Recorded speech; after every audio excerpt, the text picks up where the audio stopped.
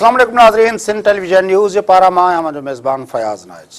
अॼोके प्रोग्राम में असां गुफ़्तगू कंदासीं सिंध जे हवाले सां, छाकाणि सिंध जो नओं चीफ मिनिस्टर सैयद मुराद अली शाह जॾहिं खां आयो आहे, ॿ चारि जेके आहिनि पंहिंजो उन हिकिड़ा अहम क़दम जेके आहिनि सम्झा वञनि था। ख़ासि तरह हुन जेका लफ़्ज़ इस्तेमालु कयो आहे तालीमी एमरजेंसी जो, ऐं उनखां पोइ ॿोली जे हवाले सां को बिल पास थियो आहे, ऐं उन सां गॾोगॾु जेको इहो तासुरु आहे त शायदि नएं वॾे वज़ीर अचण खां पोइ सिंध जो वायुमंडल जेको आहे उनमें governance J point of view खां उनमें के मख़सूस तब्दीलियूं आयूं आहिनि।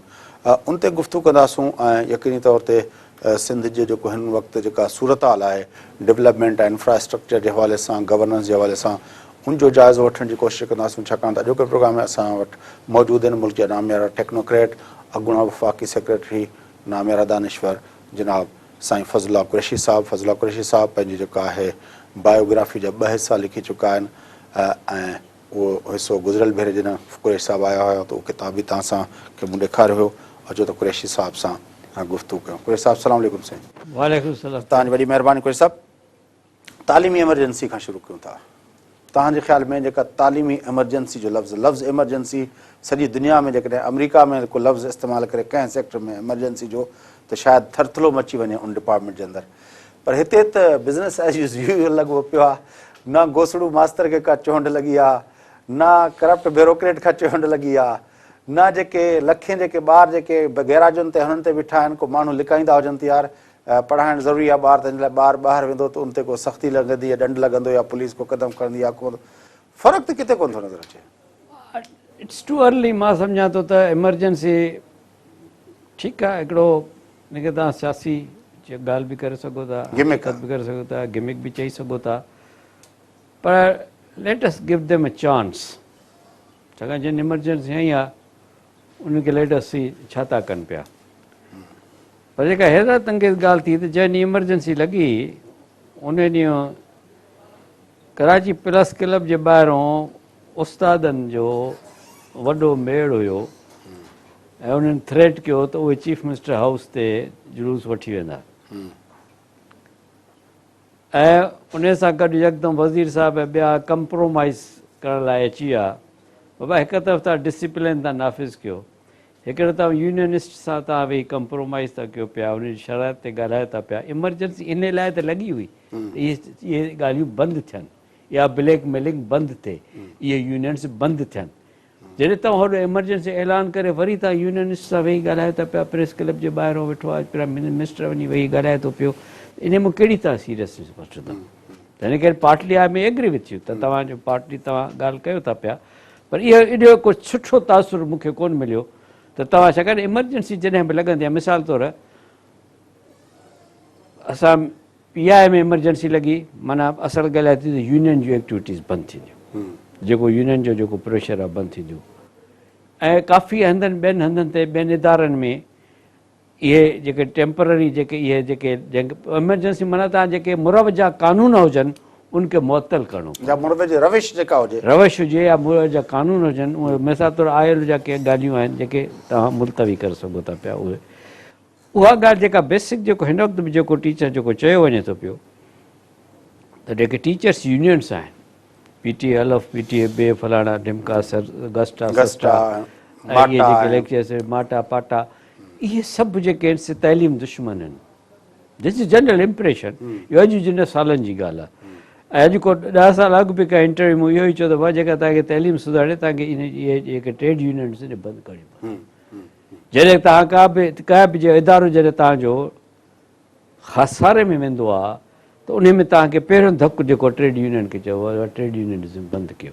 अवां एजुकेशन जी ट्रेड जेका मौजूदा जेका एमरजेंसी आहे तंहिंमें तव्हां इहो ज़िक्र ई कोन कयो आहे त तव्हां इहे ट्रेड यूनियन बंदि कंदव ऐं उस्ताद असातिज़ा की या मुअतल कंदव या उनजी एक्टिविटीज़ बंदि कंदव, इहा इन में को बि ज़िक्र कोन्हे।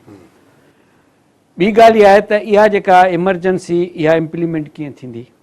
को तव्हां नओं स्ट्रक्चर आणींदो, नओं स्ट्रक्चर इहो चवंदा न, पर मां सम्झां थो उनमें 2-3 ॿिया नुक़्ता बि मिसिंग आहिनि। मिसाल तौरु तव्हां जेका ॻाल्हि कई न त एमरजेंसी में इहो नुक़्तो ई शामिल न आहे त टीचर्स जे यूनियन खे तव्हां उनजे बारे में तव्हांजो व्यू पॉइंट छा आहे, उहो बंदिश पवंदी, इलीगल करार ॾिनियूं वेंदियूं या मुअतल कयूं वेंदियूं, या उन्हनि जूं सरगर्मी जेको बि उन सरगर्मी मुलविस हूंदो उन ते एक्शन खयो वेंदो, कहिड़े क़िस्म जो एक्शन खयो वेंदो, उहो किथे को ज़ाहिर ज़िक्र कोन्हे। ॿी जेका ॻाल्हि आहे उहा इहा आहे त स्कूलनि जे अंदरि सेक्रेटरी एजुकेशन पाण रिकॉर्ड ते आहे त असांजे एजुकेशन सिस्टम जे अंदरि जेको टीचिंग स्टाफ आहे हुनजे बकौल हू ऑन रिकॉर्ड चई चुको आहे 70 खां 80% टीचर्स ट्रेनेबल बि न आहिनि जो उन्हनि खे ट्रेनिंग ॾेई पढ़ाइण जे लाइक़ु बणाए सघिजे। छाकाणि त वॾेरनि जी कोटा हूंदी हुई, फलाणे वॾेरे जी कोटा हुन चयो भाउ फलाणे नंढेरे चयो त साईं मुंहिंजो पुटु ॿियो कुझु कोन्हे मैट्रिक पास कयूं वटि हणाए छॾ। उहे जेके हया विया हाणे वाक़ई न त उन्हनि पढ़ायो आहे न उन्हनि पढ़ाइण जे लाइ उहो ज़हनी तरह तयारु आहिनि। हाणे जेकॾहिं 70-80% टीचिंग स्टाफ जेको आहे तव्हांजो अनट्रेनेबल आहे त हाणे इहो माना तव्हां एमरजेंसी हणंदव त पोइ इहा एमरजेंसी कहिड़े कम जी जेका आहे तव्हां उन मां माना पाणी कढंदा वञो गॾा उहो पियो हुजे हुन में। उहो ॻाल्हि ॾिसो न, ॻाल्हि आहे त कोई ॻाल्हि प्रैक्टिकल कोई ॻाल्हि प्रैक्टिकल आहिनि। हाणे जेकॾहिं तव्हां आई टेन टू डिसएग्री 70-80% कोन हूंदा, पर मां सम्झां थो 30-40, छाकाणि इहो 70-80 इहा जेका भर्ती जेका शुरू थी या गुज़िरियल if I am not wrong 20 सालनि खां इहो धंधो शुरू थियो, इहो पर्ची वारो जेको पर्ची सिस्टम जेको उस्ताद भर्ती थियण लॻा जेका कोटाऊं थियूं। असुल त भुट्टे साहब जे दौर में चवनि था त जंहिंखे चवंदो हुयो गौस अली शाह वाज़ द फर्स्ट मैन, उन ज़माने में शुरू थियो। भुट्टे साहब जे ज़माने ॾिसो असां इन ज़माने में सॼी नौकिरी कई आहे जेके बि अहिड़े क़िस्म जा फ़ैसिला थींदा उन ज़माने पहिरियों दफ़ो उन ज़माने में इहो शुरू थियो। पोइ आहिस्ते आहिस्ते उहो जेको आहे सो वधंदो वियो। पोइ जाम सादी कले जो ज़मानो आयो, पोइ ॿिया ज़माना आया, पोइ चीफ मिनिस्टर आयो, पोइ जेका कोटा रिस्ट्रिक्टेड मिल्स आहे कोटा एमपी ताईं पहुती ऐं पोइ घर जी औरतुनि खे जेके टीचरशिप मिलणु लॻी। त इन जे करे इन में मां 50% ताईं एग्री करे सघां थो त उन में जेके टीचर हूंदा जेके न ईंदा हूंदा या नालाइक़ हूंदा वुमेन साइड ते स्पेशली, त उहो हिकिड़ो ॻाल्हि आहे। पर ॻाल्हि आहे त उन खे वाज़े करिणो पवंदो इमरजेंसीअ खे अॻे ट्रांसलेट कीअं कबो। ॾिसो न, हिकिड़ी त तव्हां हिकिड़ो एक्ट पास थींदो आहे पोइ उनजे कॾहिं वरी रेगुलेशन्स थींदा उहे ईअं अमल में न अची वेंदो आहे। मिसाल तौरु जॾहिं असां नेपरा जो एक्ट ठाहियोसीं, एक्ट त ठही वियो न, हुन हिकिड़ो ब्रॉड पैरामीटर्स ॾिना त बाबा जेको इलेक्ट्रिसिटी जेको बिज़नेस आहे सो नेपरा कंट्रोल कंदी। पोइ हुन वरी पंहिंजा रेगुलेशन्स ठाहिया, टैरिफ रेगुलेशन अलॻि ठहंदो, स्टैंडर्ड्स अलॻि ठहंदा, हुनजो जेको लाइसेंसिंग प्रोसीजर अलॻि ठहंदो, त हिक हिक जा अलॻि अलॻि रेगुलेशन थींदा। त हीअ जेका इमरजेंसी तव्हां नाफ़िज़ कई उन ब्रॉड मतिलबु आहे त उन जे लाइ तव्हांखे रेगुलेशन ठाहिणा पवंदा, उनखे तव्हांखे ट्रिकल डाउन केस ताईं इहो कीअं सिस्टम वेंदो हेठि उहा ॻाल्हि वज़ाहत त कनि न। ऐं या तव्हांजे स्ट्रक्चर्स खे तव्हां कहिड़ियूं कहिड़ियूं तब्दीलियूं आणींदव। मिसाल तौरु हिन वक़्तु जेको आहे सो तव्हां हिकिड़ो हब तव्हां यूनियन काउंसिल करे वठो त बाबा हर यूनियन काउंसिल ते तव्हां वटि सुपरवाइज़र्स आहिनि, तव्हां उनखे कीअं डिस्ट्रीब्यूट कंदव, उन्हनि जूं हदूं वधाईंदव या हदूं घटाईंदव, उन जूं जवाबदारियूं वधाईंदव जवाबदारियूं घटाईंदव। त जेका तव्हांजा सुपरवाइज़र आहिनि, मिसाल तौरु हाणे त उनजो नालो मॉनिटर्स रखियो अथनि सुपरवाइज़र। सिंध में 1000 यूनियन काउंसिल्स आहिनि ॻोठाणियूं, 1400 शायदि अर्बन रूरल मिलाए हूंदी 1400, जे ॻोठाणी 1000 या 1100 हूंदियूं वाटेवर में बि। त घटि में घटि पहिरीं ॻाल्हि त इन यूनिट खे त तव्हां संभालियो न, उन यूनिट लाइ तव्हांखे हिकिड़ो अर्बन में त हाणे वार्ड ठाहिया अथनि न, अॻे यूनियन अर्बन में वार्ड हूंदा यूनियन काउंसिल, त उन्हनि खे तव्हांखे हिकु हिकु माण्हू मेक रिस्पॉन्सिबल, त उहो माण्हू तव्हांखे फीडबैक ॾिए। जॾहिं तव्हां बायोमेट्रिक सिस्टम रखियो आहे त उनजो बि तव्हां मॉनिटरिंग सिस्टम रखो त you have to monitor those 1000 persons. छा आहे जो असांजो जेको जेको PPH आहे जेको हेल्थ सिस्टम आहे उन में असां वटि 1100 सेंटर्स, उन 1100 सेंटर्स जा जेके डॉक्टर्स आहिनि they are being monitored through system जेको असां पंहिंजे हेड ऑफिस में लॻल आहे त कहिड़ो डॉक्टर ड्यूटीअ ते वियो आहे, कहिड़ो डॉक्टर ड्यूटीअ ते न वियो आहे। ओड़ो सिस्टम तव्हां इंट्रोड्यूस करे सघो था पिया त कहिड़ो सुपरवाइज़र ड्यूटीअ ते आहे या कोन्हे। उन खां पोइ सुपरवाइज़र खे तव्हां रोल ॾियो, माना उहो जेका मॉनिटर्स आहिनि उन्हनि जी मॉनिटरिंग थिए, मॉनिटरिंग थिए न, कमु त मॉनिटरिंग जी मॉनिटरिंग थिए न। जेकर मॉनिटर पोइ रखो छा लाइ त जेको उनजी मॉनिटरिंग थींदी, उन मॉनिटरिंग हिकिड़े स्टेशन ते थी, जीअं मूं तव्हांखे ॿुधायो त PPH जे डॉक्टरनि जी मॉनिटरिंग हिकिड़े हंधि ते थींदी आहे। ऐं उहे बि जेके आहिनि से BHU हर हिकु यूनियन काउंसिल में आहिनि, पर BHU असांजो हिकिड़ो आहे। हे जेके आहिनि से किथे 10 आहिनि, किथे 20 आहिनि, किथे ॿाहिरि आहिनि, त उहे जेको मॉनिटर्स आहिनि वधीक मॉनिटर उन मॉनिटरिंग ते उहो मॉनिटरिंग जो रोल डिटरमिन करिणो पवंदो तव्हांखे। रुगो अटेंडेंस टीचर जी न आहे ॾिसणी, टीचर जी कैपेबिलिटी ॾिसणी आहे, स्टूडेंट्स जी अटेंडेंस ॾिसणी आहे, स्टूडेंट छो था अचनि ॾिसणी आहे, बिल्डिंग ख़ाली आहे या बिल्डिंग बंदि आहे, स्कूल खे तालो लॻल आहे न आहे, इहे जेसिताईं की तव्हां इन सिस्टम ते वेंदो पोइ उहो भले उन में मथे तव्हां DO रखो या तव्हां असिस्टेंट कमिश्नर खे पावर्स ॾिना आहिनि, तव्हां डिस्ट्रिक्ट कमिश्नर खे पावर ॾिना आहिनि, उहे छा जा पावर तव्हां ॾिना आहिनि? उन पावर्स खे केरु यूज़ कंदो, कीअं यूज़ थींदा, कीअं फीड थींदा? हिकिड़ो तव्हांखे जीअं मूं तव्हांखे चयो त हिकिड़े एक्ट कॾहिं रेगुलेशन थींदो आहे त हिननि जे हिकिड़े इमरजेंसी डिक्लेयर खां पोइ तव्हांखे हिकिड़ो लाइ अमल तइ करिणो पवंदो मिनिमम। मां चवां थो यूनियन काउंसिल, छाकाणि यूनियन काउंसिल खां हेठि ॿियो को जॻह के देह लेवल नथा करे सघूं हिकिड़ो एडमिनिस्ट्रेटिव यूनिट आहे जिते सेटअप आहे, जंहिंजूं बाउंड्रीज़ आहिनि, जंहिंजी पॉपुलेशन तव्हां वटि आहे, जंहिंमें तव्हांखे इहा बि असिस्ट करण लाइ, ख़राब करण लाइ, वाट एवर दे आर देयर। सही इहे जेसिताईं की तव्हां बाक़ी तव्हां MPS खे ॾेई छॾियो, MPA को छा था एक्सपेक्ट कयो तव्हां? MPS मूंखां कीअं था तव्हां सम्झो था जेकॾहिं 60-70 सैकड़ो न बि सही पेचियो सेक्रेटरी पेचियो जीअं चए थो, जीअं तव्हां चओ था त 30-40 सैकड़ो 30-40 सैकड़ो बि वॾो अंग आहे। जेकॾहिं टीचिंग स्टाफ जे अंदरि अहिड़ो अनक्वालिफाइड हुजे त पोइ उन जे लाइ बि को मैकेनिज़म त ठाहिणो पवंदो त हिननि खे असां ॿियनि डिपार्टमेंट्स में कंदासीं। तव्हांखे हिकिड़े जिते जिते तव्हांजो पहिरीं ॻाल्हि त जेके तव्हांजा नाल टीचर उन सां गॾु हिकिड़ो अहिड़ो टीचर रखिणो पवंदो। उहो त असांखे अंदाज़ो थिए न पहिरें न अंदाज़ो मॉनिटर्स बाक़ी छा कंदा? मॉनिटर त सिर्फ़ु हुनजो ॾिसनि था त आयो या न आयो। न अटेंड जी ॻाल्हि कोन्हे। जीअं मूं तव्हांखे चयो जेको मां त मॉनिटरिंग सिस्टम चवां थो उहो extensive monitoring system, comprehensive monitoring त जेको उते वञी ॾिसंदो घणो रुखो हुजे मुख़्तलिफ़ पासनि। जीअं मूं छा कयो उस्ताद जी हाज़िरी, उस्ताद जी कारकर्दगी, बिल्डिंग की प्रॉपर यूटिलाइज़ेशन ऐं मेंटेनेंस, स्कूल जो खुलियल हुअणु, ॿारनि जी अटेंडेंस, ॿार छो नथा अचनि, इहे सभु ॻाल्हियूं ॾिसणी पवंदियूं। Then he will report U back त बाबा ही खामियूं आहिनि, हिन जा ही जेके थियल आहिनि, माना जेके ऐं त खां पोइ उनखे तव्हांखे हाणे डेवलपमेंट प्रोग्राम जेको एजुकेशन जा यूनियन काउंसिल लेवल ते खणी वञिणो पवंदो। त जेके यूनियन काउंसिल में जेके रिपोर्टेड आहिनि, जिते फैसिलिटीज़ कोन्हनि, जिते चौदीवारी कोन्हे, जिते बाथरूम कोन्हनि, तव्हां जेकॾहिं हर साल रुगो तव्हां 200 यूनियन काउंसिल बि करे वठो त 5 सालनि में तव्हां कॉम्प्रिहेंसिवली तव्हां सॼो एजुकेशन सिस्टम इम्प्रूव कंदव जेको तव्हां 60 सालनि में ख़राबु कयो आहे।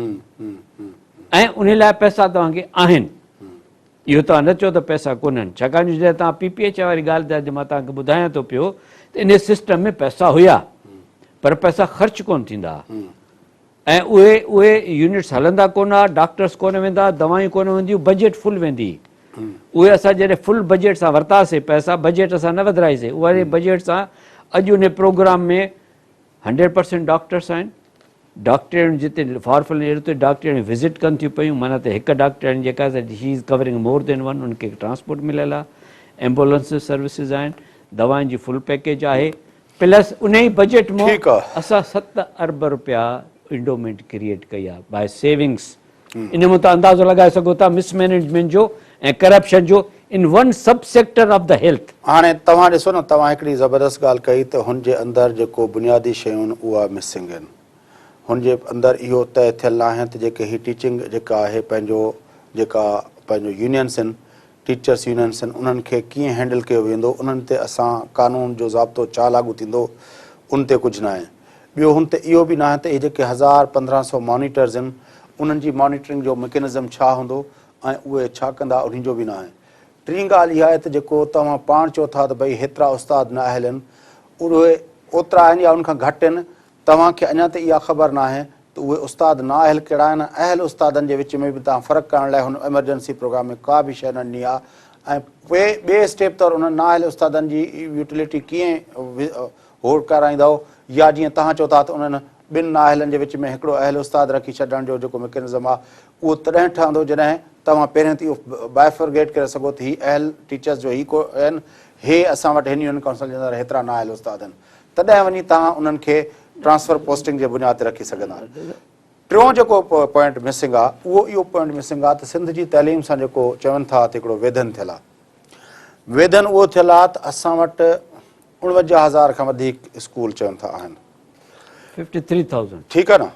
उनमें चवनि था त 80% स्कूल जेके आहिनि उहे सिंगल रूम जा स्कूल आहिनि।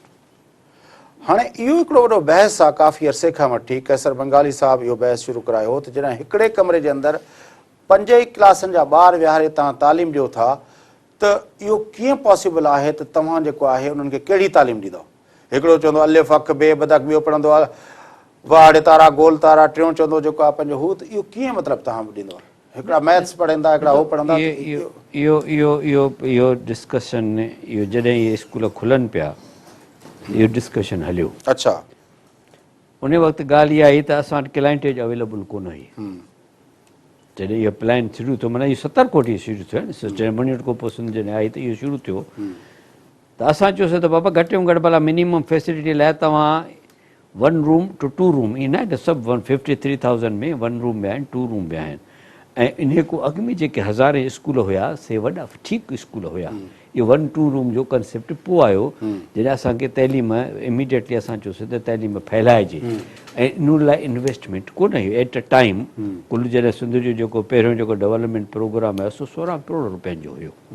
को अर्बन जी रुपयनि जो प्रोग्राम कोन हूंदो, त उन में असांखे सभु ॻाल्हियुनि खे ॾिसणो हो। त असां इन करे इहो मॉडल पहिरियों रखियोसीं त इहे सभु जेके स्कूल हुआ इहे सॼी उमिरि लाइ 1 रूम न हा रहणा। Those were supposed to be expanded with the पहिरियों त असांखे अहिड़ा स्कूल मिलिया हज़ारे जिन जूं बिल्डिंग्स ई कोन हुयूं, टीचर्स हुया, बिल्डिंग्स कोन हुयूं। त पोइ इहे जॾहिं बिल्डिंग्स ठहियूं त इन में जेको आहे सो एक्सपेंशन जो प्रोग्राम हो। पर जॾहिं तव्हां हिकिड़े डिपार्टमेंट खे लावारस करे छॾियो त उन लावारसीअ में त पोइ रुॻो अची वियो त बाबा नाअहल माण्हुनि जे भर्तीअ जो हिकिड़ो खातो ठही वियो बजाए एजुकेशन डिपार्टमेंट जे।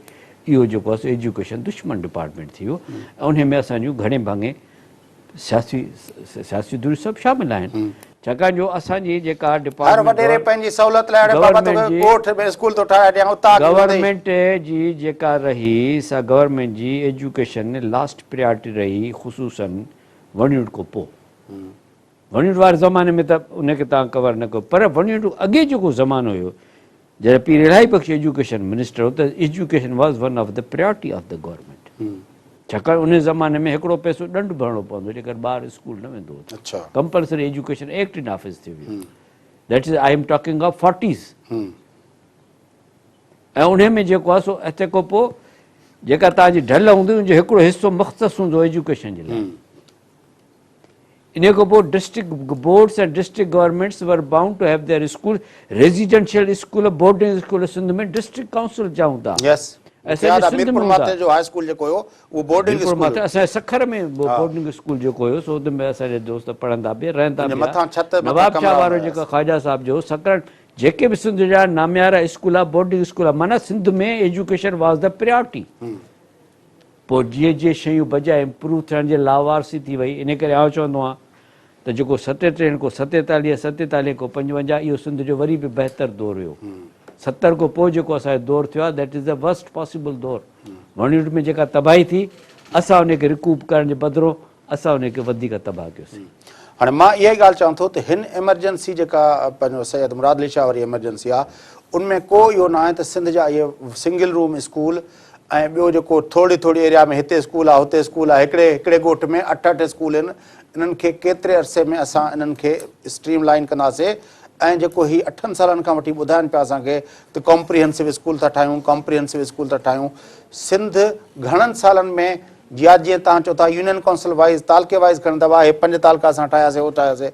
घणनि सालनि में असां इन मां छॾाईंदासीं त अॼु जे मॉडर्न दौर जी तइलीम जी सहूलियतूं असां पंहिंजे मॉडर्न दौर जो हुजनि न हुजनि पर मौजूदा तइलीमी सहूलियतूं 5 सालनि में सुधरी सघनि थियूं पियूं जेकॾहिं तव्हां यूनियन काउंसिल प्लान को शुरू कयो। पर एमरजेंसी में उनजो ज़िक्र कोन्हे को न कोन्हे ज़िक्र त ॾिसो इमरजेंसी हिकिड़ो टर्म यूज़ न पर उन में ॻाल्हायूं न त हीअं कंदासीं हीअं कंदासीं। इहा जॾहिं सिविल सोसाइटी ॻाल्हाए थी तव्हां असां वेही ॻाल्हायूं था त जेके डिसीजन मेकर्स आहिनि they must take lead from this जेकॾहिं उनखे ॻाल्हि सम्झ में अचे थी त। पर मुंहिंजो जेको ज़ाती जेको तजुर्बो आहे जेको एडमिनिस्ट्रेटिवली या जंहिं नमूने असां सिविल सोसाइटी में कमु कयूं था मुख़्तलिफ़ मिसाल तौरु हाणे पावर्टी हलाए असां यूनियन काउंसिल लेवल यूनिट रखी आहे।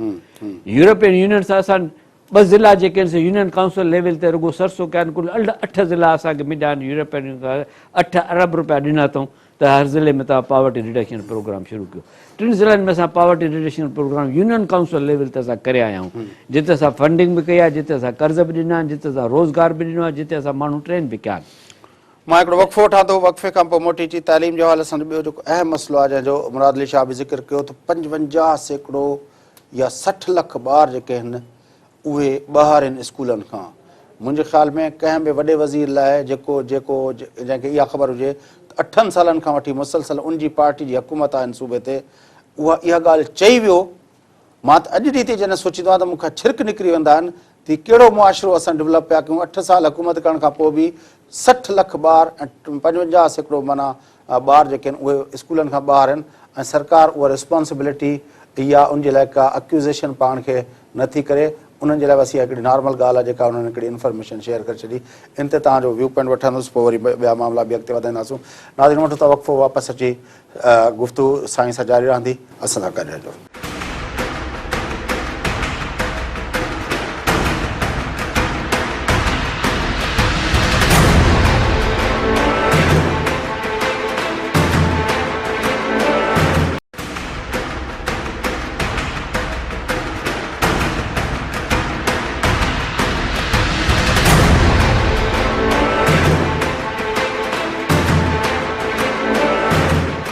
वेलकम बैक नाज़रीन, प्रोग्राम जे सिलसिले खे अॻिते वधायूं। सिंध जे हवाले सां गुफ़्तगू हलंदड़ हुई। सिंध जी तइलीम जी एमरजेंसी जा जेके मुख़्तलिफ़ पासा आहिनि, सैयद मुराद अली शाह सिंध जे वॾे वज़ीर जेको ऐलान कयो आहे, उन हवाले सां जेको हेल्थ ई हुकूमती व्यू पॉइंट जेको साम्हूं आयो आहे, उन ते गुफ़्तगू हलंदड़ हुई। सिंध जे बल्कि मुल्क जे नामियारे टेक्नोक्रेट, मुल्क जे नामियारे दानिश्वर, अॻूणे वफ़ाक़ी सेक्रेटरी साईं फज़ला कुरैशी साहिब सां असांजी गुफ़्तगू हलंदड़ आहे। अचो त उन गुफ़्तगू खे अॻिते थो। जी कुरैशी साहिब, मां सवेर चयुमि पियो त मां हाणे बि जॾहिं सोचींदो आहियां त मूंखे सची ॻाल्हि अथव त मां बिल्कुलु बाक़ाइदा मिसमराइज़ थी वेंदो आहियां त कीअं हिकिड़ी हुकूमत जेका 8 सालनि खां वठी हुकूमत करे थी पई, उहा चए थी पई त 55% ॿार स्कूलनि खां ॿाहिरि आहिनि। बसि इहा आम ॻाल्हि आहे। न, इहा ॾिसो, इहा ॻाल्हि आहे त इहा ॻाल्हि खे तव्हां त पंहिंजे तरफ़ो कमेंट करे सघो था, पर इहा ॻाल्हि हुन जॾहिं असेंबली फ्लोर ते चए त असेंबली घणनि मेंबरनि हिन ॻाल्हि खे टोकियो, या घणनि मेंबरनि हिन ॻाल्हि जो नोटिस वरितो, या घणनि मेंबरनि हिन ॻाल्हि ते ॻाल्हायो। माना कंहिं माण्हू खे परवाह कोन्हे न ॻाल्हि जी। पोइ फिगर 60 लख हुजे या 40 लख हुजे, छा 60 लख फिगर साईं अलाए कहिड़े बेसिस ते चई वियो आहे।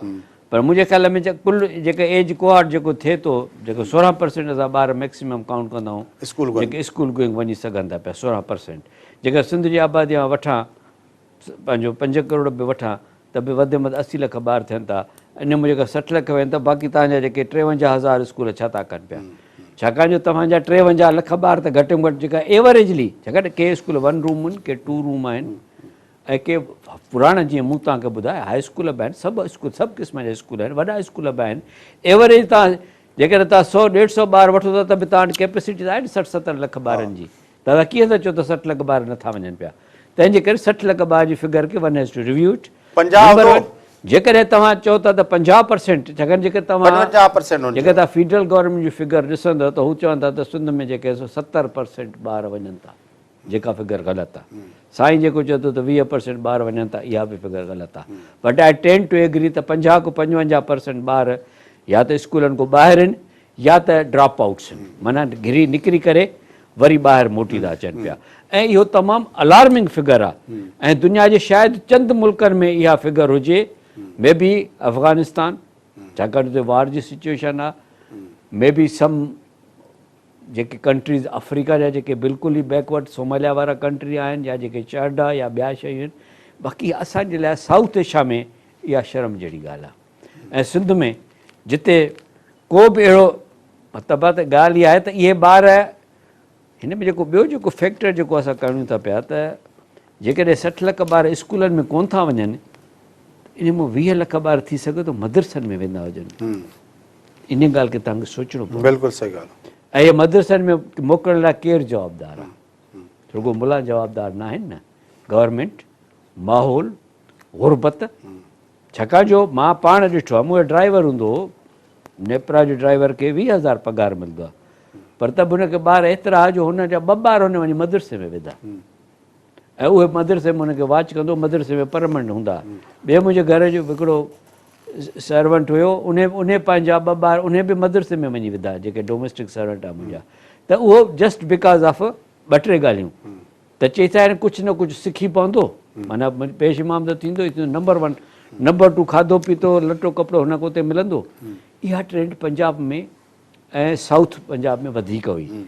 पर गुज़िरियल 10 सालनि खां वठी जीअं जीअं सिंध में बदइंतिज़ामी थी आहे, जीअं जीअं सिंध में गुरबत वधी आहे, जीअं जीअं सिंध में ॿियूं कयूं फैक्टर बुछड़ायूं आयूं आहिनि, त हीअ बुछ अची वई आहे, हीअ बि शइ त जंहिंमें तव्हांजा ॿार बजाए स्कूलनि जे मदरसनि में था वञनि पिया पर पंहिंजो कोई साहब ऐं जेको इहो जेको आहे so it is matter of concern पर I will come back to the my point त इहो सॼो कमु तव्हांजो मॉनिटरिंग सिस्टम हर यूसी जी तव्हांखे सेंसस करणी आहे हाणे ऐं तव्हांजी इमरजेंसी सही इमरजेंसी तॾहिं थींदी जॾहिं तव्हां हिकु हिकु यूनियन काउंसिल हिकु मॉनिटर रखो 2 मॉनिटर रखो तव्हां हिकु हिकु यूनियन काउंसिल ठाहे हुनखे डेटा बेस तव्हांखे मुहैया कंदो त हिन एज ग्रुप जा हिते हेतिरा ॿार हिन एज ग्रुप जा हेतिरा ॿार जेको आहे ऐं उहो तव्हांखे इन को जेकॾहिं तव्हां ॿिए नमूने मॉडल को हलायो यूसी जे अलावा त उहो मॉडल फेल थींदो पर कोई साहब जेको कॉम्प्रिहेंसिव एजुकेशन जो एक्ट आहे उन ते त को अमल थिए ई कोन पियो ऐं हिन एमरजेंसी जेका आहे जेको पंहिंजो हिननि लागू कई आहे उनमें इहो को कोन कयो अथनि त जंहिंजो ॿारु न वेंदो उनखे केतिरी सज़ा ईंदी या जेको ॿारु ॿाहिरि पकड़ियो वेंदो मतिलबु उन ते ॿार को अॻु में वञण को अॻु सज़ा को अॻु में तव्हां हिकिड़ी ॻाल्हि ॾिसणी पवंदी मतिलबु कुझु बि उन मामले ते को डायरेक्शन उन मामले में को उन में दया छा आहे त छाकाणि do U have a capacity असां कैपेसिटी जो त इशू आहे न तव्हां सुभाणे चओ त तव्हां सभु ॿार वठी अचो पर तव्हां वटि कैपेसिटी इहा ई त आहे न जेका कैपेसिटी आहे जेका तव्हां ॿुधायो था पिया इन में कीअं तव्हां सभु ॿार मापंदा तंहिंजे करे इहो may be in their mind and mind त भई पहिरियों असां कैपेसिटी क्रिएट कयूं हाणे कैपेसिटी क्रिएट करण लाइ बि तव्हांखे यूनियन काउंसिल लेवल ते वेहणो पवंदो न कंहिं यूनियन खे उन खां पोइ जेको तव्हां जेको इहो हिकिड़ो मॉनिटर कमु न कंदो जेको तव्हां चओ त डिप्टी कमिश्नर कंदा या जेको तव्हां सिस्टम रखंदव त इन खे तव्हांखे जेके इन यूनियन काउंसिल खां पोइ ॿियो तव्हांजो जेको लेवल आहे सा आहे तव्हांजो तालको लेवल माना तव्हांखे हुते असिस्टेंट कमिश्नर जेके हूंदा जेके तव्हां चओ था असां इंडक्ट कंदासीं PCS ऐं CSP ऑफिसर जेके एजुकेशन खे मॉनिटर कंदा इहे कुझु बि न कनि सिर्फ़ु मॉनिटर कनि कोऑर्डिनेट कनि मथे रिपोर्ट कनि ऐं गवर्नमेंट जी बजटिंग खे प्रॉपरली ॾिसनि ईअं न त उन भाङी बाहि वरिती आहिनि त इहा जेका तव्हांजी 8 अरब रुपए जी बजट आहे न बाइफर्केटेड यूनियन काउंसिल लेवल तव्हां हिकु हिकु यूनियन काउंसिल खे बजाए 8 अरब जे तव्हां 8 अरब वॾी बजट 8 अरब वॾी बजट त तव्हां हिकु यूनियन काउंसिल ते तव्हां डिस्ट्रीब्यूट कयो ऐं पोइ ॾिसो त तव्हांजा छा था रिज़ल्ट अचनि ईअं वेही करे हितो तव्हां पैसा विराईंदव त तव्हांजो कुझु कोन थींदो पर कोई साहब मुंहिंजो हिकिड़ो व्यू ऐं इन में पोइ ॾिसो जॾहिं तव्हां यूनियन काउंसिल लेवल ॻाल्हि कयो था then you have to associate that now तव्हां पाण ॻाल्हि कई त इलेक्टेड माण्हू बि हुते आहिनि इन मॉडल खे किथां त खणणो पवंदो न हाणे मां I am not professional educationist but I am a planner yes of course planning जे पॉइंट ऑफ व्यू खां इहा एमरजेंसी जेका आहे इहो हिकिड़ो तव्हांखे तरीक़ो ॾसां पर मां कोई साहब हिकिड़ो मुंहिंजी कंक्लूजन आहे टू बी वेरी ऑनेस्ट मां इहा ॻाल्हि केतिरा भेरा शेयर कई आहे TV ते मुख़्तलिफ़ जेके सेमिनार्स थियनि था एजुकेशन जो मुंहिंजो इहो व्यू पॉइंट आहे त असांजो जेको इलीट आहे इलीट में भली हे minister secretary bureaucrat deputy commissioner MP MN जेके बि हिन एमरजेंसी जे नफ़ाज़ जे लाइ जेको आहे जेके बि आहिनि हाणे त हालत इहा आहे त हेड मास्टरनि जा ॿार बि सरकारी स्कूलनि में कोन था पढ़नि त उहो जेको असांजो जेको हिन सॼे इन सिस्टम खे ठीकु करण लाइ जेके जिन माण्हुनि खे बि असां ज़िम्मेवार कयूं था न उहे पाण हिन सिस्टम जा स्टेक होल्डर ई न त उन स्टेक होल्डर एमरजेंसी में त इहो बि एड कयो न त जेके बि MPs जेके बि गवर्नमेंट सां वाबस्ता लॻू आहिनि यस माना डिस्ट्रिक्ट काउंसिल जा मेंबर्स मां चवां थो सरकारी मां चवां थो MP उन जे सभु ॿार एजुकेशन में पढ़ंदा इहा शक एड कयो तव्हां this is what I am saying मां चवां थो आई एग्री विथ यू या एमरजेंसी आहे तॾहिं जॾहिं चओ त काउंसलर खां वठी चीफ मिनिस्टर ताईं हा सभु चूंडियल नुमाइंदनि जा ॿार कम अज़ कम पहिरियां 5 दर्जात उते पढ़े पोइ भली जाथे वञी पढ़े उहे जेके सरकारी स्कूलनि में सरकारी स्कूलनि में ज़रूरी न त पंहिंजे न जंहिं बि सरकारी स्कूल में पढ़ाइनि सरकारी स्कूल बिल्कुलु हा ठीकु आहे हिकिड़ी ॻाल्हि इहा ॿी ॻाल्हि इहा त ग्रेड 1 खां वठी ग्रेड 20 जेतिरे 22 ताईं जेके बि तव्हांजा सरकारी मुलाज़िम आहिनि उन्हनि खे बाउंड कयो त उहे बि बढ़ाइनि उते उहो ई तव्हां चवां थो न ॿई चूंडियल नुमाइंदा बि चूंडियल नुमाइंदा ऐं ऑफिसरशाही बि ऐं डिस्ट्रिक्ट जेके ज़िलाई लेवल ते नुमाइंदा आहिनि उहे बि यस यस चूंडियल नुमाइंदा जो मतिलबु आहे काउंसलर बि चूंडियल नुमाइंदो आहे न असां पाण पर इहो कान्हे कोन था न जॾहिं इन्हनि जो स्टेज न त माना त ॻाल्हि माना सॼो फसाद आहे न इहो यस इहो जेको आहे सॼो ॾेखाव आहे yes this is what I am जेको आहे सॼी गिमिक आहे यस त इनखे जॾहिं इनखे तव्हां प्रैक्टिकली इन ॻाल्हि खे तव्हांखे लाइ अमल इहो ई ॾियणो पवंदो छाकाणि मूंसां उन हिकिड़ी तहरीक आहे अबरार काज़ी वग़ैरह वारनि उन्हनि मूंसां इन ते डिस्कस कयो त हाणे कोई मूंखे इमरजेंसी लॻी आहे असां छा कयूं वरी तव्हां मॉनिटर कयो इन सिस्टम खे तव्हां यूनियन काउंसिल लेवल ते वठी वञो उनखे तव्हां मॉनिटर कयो ऐं then you report to the government as a civil society त हिन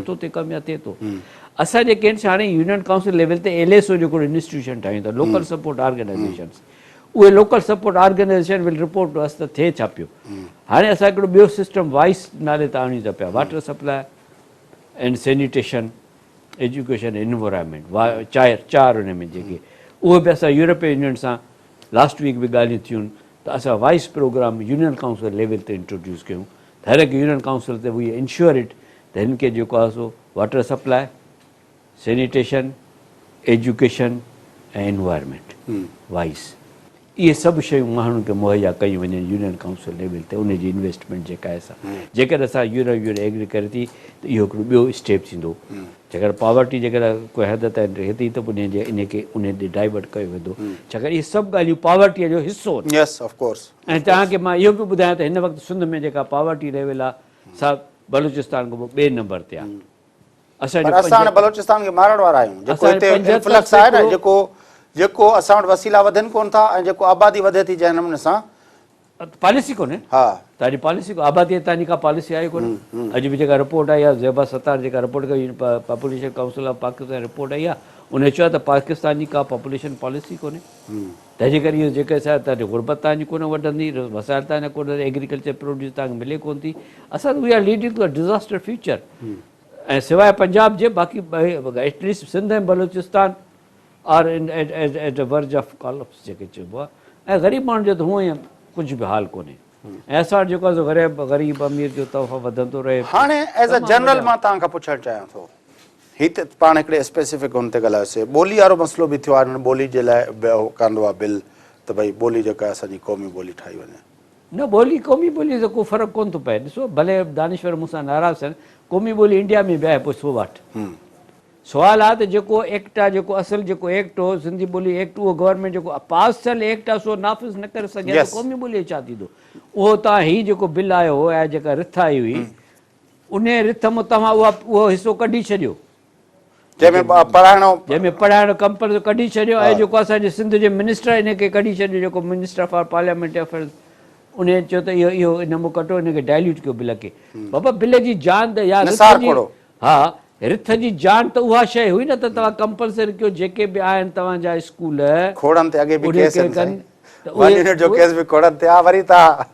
ॻाल्हि इहा आहे त भई जॾहिं तव्हां उनजे रूह खे त इहो त पोइ तव्हां मुमताज़ भुट्टो ज़ुल्फ़कार अली भुट्टो ॿिन्ही जी नफ़ी कई न छाकाणि मुमताज़ भुट्टो इन ॻाल्हि ते त हलो इहा ॻाल्हि त थी वई न फ़ैसिलो खणी ॿियो डाइल्यूट थी वियो बिल पर इहो त बिल पास थी वियो न ऐं इन ॻाल्हि खे घणा थिया 73 घणा साल थी विया 83 93 2003 पोइ तव्हां इहो उहो बिल लागू न करे सघिया हो ऐं तंहिंखां पोइ सिंध गवर्नमेंट जेकॾहिं इहो इहा रिथ करे थी कंहिंखां थी घुरे पई भई करिणो तव्हांखे आहे रिथ छा जी बाक़ी क़ौमी ॿोली 15 क़ौमी ॿोलियूं थी वेंदियूं तव्हांजी क़ौमी सुभाणे पंहिंजे सूबे में तव्हां पंहिंजा कानून लागू कोन था करे सघो पिया इन खां वधीक बदनसीबी कंहिंजी चइबी गवर्नमेंट जी चइबी या माण्हुनि जी चइबी या पीपुल्स पार्टीअ जी चइबी त तव्हां जेके तव्हां बिल पास कया ऐं जेको मॉरली इख़लाक़ी तौरु हर माण्हू ते फर्ज़ु आहे त तव्हां ॿोली पढ़ो तव्हां मञी जर्मनीअ में त कोन चवंदो त मां जर्मनी न पढ़ंदुसि तव्हां जिते वञो था जिते रहो था ऐं ईअं कोन त इहा ॿोली का नई हुई या का कल्ह असां इंट्रोड्यूस कईसीं 100 सालनि खां वठी सिंध में सिंधी ॿोली पढ़ाई वञे थी पई ऐं अंग्रेज़ ऑफिसर लाइ कंपलसरी हो त सिंधी ॿोली सिखनि जॾहिं अॼु को 100 साल अॻु अंग्रेज़ ऑफिसर सिंधी ॿोली सिखण लाइ पाबंद हुयो त हाणे तव्हां कीअं नथा चओ त हे जेके माण्हू जेके सिंध में रहनि था जेके सिंध गवर्नमेंट जे ज़ाइरे असर में आहिनि उहे सिंधी न पढ़ंदा पोइ पंहिंजो तव्हां चओ था त 100 ॾींहंनि खां पोइ मुराद अली शाह जी जजमेंट करणु घुरिजे पर पोइ हीउ जेको आहे जेको हीउ तासुर उभरियो आहे उनखे तव्हां कीअं था ॾिसो कहिड़ो तासुर त सुठो थी वियो आहे सभु कुझु जेको ठीकु आहे पंहिंजे तव्हां जेका घणा माण्हू ख़ुशि थींदा हूंदा मतिलबु आहे त मायूसीअ खां निकिता आहियूं न ॾिसो न 8 साल में हिकिड़ी बिल्कुलु हिकिड़ी डेड शइ न सम्झो हिकिड़ी डेड शइ त उन मां जेकॾहिं असां निकिता आहियूं जंहिंमें लाइ हिकिड़े आर्टिकल में लिखियो कुर्सी है तेरा ये जनाजा तो नहीं, अगर कुछ कर नहीं सकते तो उतर क्यों नहीं जाते। पर ही जेको इहा जॾहिं ॻाल्हि हुई त उहा ॻाल्हि त बहरहाल उहा ॻाल्हि त हाणे कोन्हे न घटि में घटि। हाणे असांखे हिकिड़ी शइ नज़र अचे थी, हिकिड़ी विज़िबिलिटी आहे ऐं हिकिड़ो यंग माण्हू आहे, उनजा पंहिंजा एम्बिशियस हूंदा ऐं हुनखे हिकिड़ो चांस मिलियो आहे ऐं हिकिड़े सुठे पीउ जो पुटु आहे। छाकाणि मां सिंध में 6 चीफ मिनिस्टर था कयो त उते मूंसां बहस रैंकिंग तव्हां कीअं कंदो 6 जी, त बहरहाल उन में he is one of the good chief ministers. काएं नंबर ते ज़ाती जेको काएं नंबर ते मे बी एंड 2 नंबर 1 केरु हूंदो? Aftab Shahban Mirani. He was competent, more competent, competent, more comprehensive ऐं मोर बोल्ड। रियली? यस। पर हुनखे महीना घणा मिलिया? छाकाणि हुन बाक़ाइदे प्राइम मिनिस्टर खे ख़त लिखिया आहिनि, मुंहिंजे किताब में अथव हिकिड़ो ख़त मीरानी साहिब जो, प्राइम मिनिस्टर खे एड्रेस थियल, मगर हे खपे मूंखे सिंध में। ऐं बाक़ाइदे बि यूज़ टू ॾिसो न जेको स्टैंड वठण वारो माण्हू। असां त पंहिंजो, मां त रुगो पंहिंजी टेन्योर जी ॻाल्हि थो कयां न। छाकाणि मां जॾहिं हिक सां 1 to 1 डील कयो आहे त कहिड़ो माण्हू केतिरो बोल्ड आहे, केतिरो माण्हू फीडरल गवर्नमेंट सां वठी सघे थो स्टैंड। या मुंहिंजो झगड़ो सिंध में त हूंदो को, असांजो झगड़ो त फीडरल गवर्नमेंट सां हूंदो आहे, त उन में केतिरे क़दुरु को बोल्डनेस ॾेखारे थो पियो। पोइ तव्हांजे ख़्याल में मुराद अली शाह उन हवाले सां कुझु न कयो आहे? अञा त कुझु कोन्ह थियो आहे। छाकाणि ही स्ट्राइक, छाकाणि ॾिसो न जॾहिं उहो पहिरें हफ़्ते में नवाज़ शरीफ़ वटि 22 पंहिंजा मुतालबा खणी आयो जेके सिंध सां रिलेटेड आहे, त it was as good as a nationalist man. पर उन खां पोइ हाणे महीने खां पोइ उन ते का पहिरियों ई कोन्हे ऐं पाण पंहिंजी कमज़ोरी जो इज़हार थो करे पियो। हाउस ते त मूंसां फेडरल गवर्नमेंट जेका आहे सा तावन कोन थी करे पावर जे मामले में, जेका मां अॼोकी जेका तव्हां ॻाल्हि लिखी आहे जंहिंमें मूं चयो त भई इहा ॻाल्हि फेडरल गवर्नमेंट करणी न, सा ॻाल्हि तुंहिंजे करण जी आहे, सभु तुंहिंजा पावर्स आहिनि। मतिलबु आहे न की टीम अञा कोन्हे, रोज़ानी जीजल जी ॻाल्हि टीम कोन्हे, टीम ठाहिणी पवंदी, ब्यूरोक्रेट्स आणणा पवंदा। कमु ब्यूरोक्रेट कंदो आहे। अॼु मां रूल्स ऑफ बिज़नेस खणी अची तोखे पढ़ायां, इहो कमु ब्यूरोक्रेट जो आहे, मिनिस्टर्स जो न आहे। सिंध जे अंदरि ब्यूरोक्रेसी जो हाल कोन्हे। सिंध जे अंदरि ब्यूरोक्रेसी खे या त कमु नथो करणु ॾिनो आहे। मूंखे यादि आहे लास्ट टाइम तव्हां पंहिंजे प्रोग्राम में कयो त इन ख़राबु कमु करण में तव्हां बि ॾुआरी आहियो। जो सिंधी सम्झी भर्ती कंदा, उहा जेका 70 जी भर्ती थी न, त उन रेशमान जेकी कयो सो पंहिंजे जाइ ते आहे न, पर उहो त थी आहे न, उहो त ॻाल्हि उहो दौर गुज़री वियो। हलो ठीकु आहे, तव्हांजी वॾी 90 में दौर गुज़री वियो। हाणे जेको 2000 दौर आहे, त तव्हां त महिरबानी करे जेके सिंध में 4 ऑफिस चङा तंहिंखे डिस्पैच न कयो, उन में कमु वठो। पर ही त चवनि था असां right man on the right job खणण लाइ। इन करे ममता तरीशा खे कढी छॾियूं, इन करे नाइशा जेका साइड लाइन वेठी आहे, इन करे इकबाल दुरानी बिना पोस्टिंग जा। तव्हां घणा नाला ॿुधाया मां? उहो त चवंदा ॾिसो असां पंहिंजे घर जा माण्हू साइड लाइन करे छॾिया। न साइड लाइन करे छॾिया, छाजे करे जवाबु ॾींदा, छाजे करे गुड गवर्नेंस जी ॻाल्हि कंदा, छाजे करे जो रेज़िस्ट कंदा, हीअ त कोन्ह थींदो न। तव्हांखे you have to bear it, तव्हांखे बर्दाश्त करिणो पवंदो। ऐं इहा ई ॻाल्हि आहे, जॾहिं मां मिनिस्टर खे रैंकिंग कंदो आहे त मुंहिंजी बर्दाश्त बि हिन में हिकिड़ो हिसो आहे।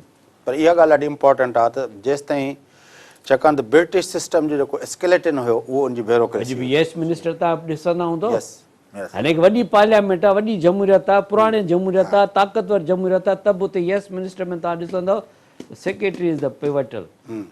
उहो चाहींदो त कमु थींदो, उहो चाहींदो त कमु न थींदो। ऐं रूल्स ऑफ बिज़नेस में हीअ चवनि था त मिनिस्टर्स पॉलिसी ॾींदा, इम्प्लीमेंट ब्यूरोक्रेसी कंदा। हिते मिनिस्टर चवनि था त पॉलिसी बि असां फलाणे खे रख, फलाणे खे कढ, फलाणे खे ही कर, इम्प्लीमेंट बि असां कयूं, ठीकु आहे बि असां पॉलिसी हेड आहे, एडमिनिस्ट्रेटिव हेड आहे मिनिस्टर। इहा ॻाल्हि जेको बुनियादी फ़र्क़ु आहे। असल ॻाल्हि इहा आहे न त भई तव्हांखे यू हैव टू गवर्न, ऐं गवर्नर थींदो थ्रू द गवर्नर सिस्टम्स। बाक़ाइदे तव्हां गवर्नर्स ते अलॻि कयो त पोइ असां गवर्नर्स खे हिकु हिकु शइ खे खणूं। कुरेश साहब तव्हांजी वॾी महिरबानी, तव्हां असांखे जॉइन कयो। थोरे जो काफ़ी इशूज़ हुया, ख़ासि तौरु मुंहिंजो ख़्यालु हो त अॼोके नशिस्त में जेको तव्हां कुझु ॾींहुं जेको अॼु जीजल में छपियल आहे बिजली जे हवाले सां, उन ते मुंहिंजो ख़्यालु हो त कुझु ॻाल्हायूं। पर उन सां गॾोगॾु ॿिया केतिरा इशूज़ आहिनि सिंध जे अंदरि, जॾहिं हीअ समूरा मसइला गुफ़्तगू कयूं था पिया, तइलीम सां गॾोगॾु जीअं तव्हां हेल्थ जी ॻाल्हि कई। पर पाणी सिंध जे अंदरि चवनि था त तक़रीबन सभिनी ज़िलनि जो वाटर जेको आर्सेनिक आहे, ऐं उन ते असांजी हुकूमत का बि स्कीम नथी ठाहे त को वाटर सप्लाई जे थ्रू को हिकिड़ो साफ़ पाणी पीअण जो जेको बुनियादी ज़रूरत आहे उहो असां पंहिंजे हुनखे ॾियूं। उन ते बि अञा ताईं का शइ नज़र कान थी अचे त हीअ का शइ प्लैनिंग कंदा हुजनि। बहरहाल अॼोके प्रोग्राम में तव्हांजी वॾी महिरबानी, टाइम लिमिटेड आहे, इहा ई गुफ़्तगू थी सघी। जी नाज़रीन, गुफ़्तगू तव्हां ॿुधी। एमरजेंसी जे हवाले सां जेके स्टेप्स हुकूमत जा आहिनि उहे बि तव्हां ॿुधा, ऐं कुरैशी साहब ऐं असां ॿई इन ॻाल्हि ते इतफ़ाक़ कयोसीं त जेसि ताईं चूंडियल नुमाइंदे जो मतिलबु आहे यूनियन काउंसिल या वार्ड जे काउंसलर खां वठी चीफ मिनिस्टर ताईं सभु चूंडियल नुमाइंदा ऐं अफ़सरशाही जो मतिलबु आहे ग्रेड 1 खां वठी ग्रेड 20 ताईं जेके बि मुलाज़िम आहिनि ऐं जेके चूंडियल नुमाइंदा आहिनि जेसिताईं उन्हनि जा ॿार हिन सरकारी एजुकेशन जे सिस्टम में न ईंदा तेसिताईं उहे स्टेक होल्डर कोन थींदा जेसिताईं उहे स्टेक होल्डर कोन थींदा इहा जेका बि प्लानिंग हिकमत अमली आहे उनजो को फ़ाइदो कोन थींदो छाकाणि त उन्हनि खे ऐं ही जेके 60 लाख 40 लाख 50 लाख जेके बि ॿार आहिनि इन में उहो क्लास जेको आहे उन जा ॿार कोन्हनि खे इहो हिकिड़ो ॿियो क्लास आहे जंहिंखे ग़रीब आवाम चयो वञे थो ऐं जेसिताईं इहो मसइलो ग़रीब आवाम जो हूंदो वॾे माण्हू जो चूंडियल नुमाइंदे जो वॾे ऑफिसर जो मसइलो पंहिंजो न हूंदो तेसिताईं इहा एमरजेंसी जेका आहे उहा का नतीजा ॾेई न सघंदी। प्रोग्राम जो वक़्तु पूरो थिए थो पंहिंजे मेज़बान फयाज़ नश खे इजाज़त सदाईं गॾु।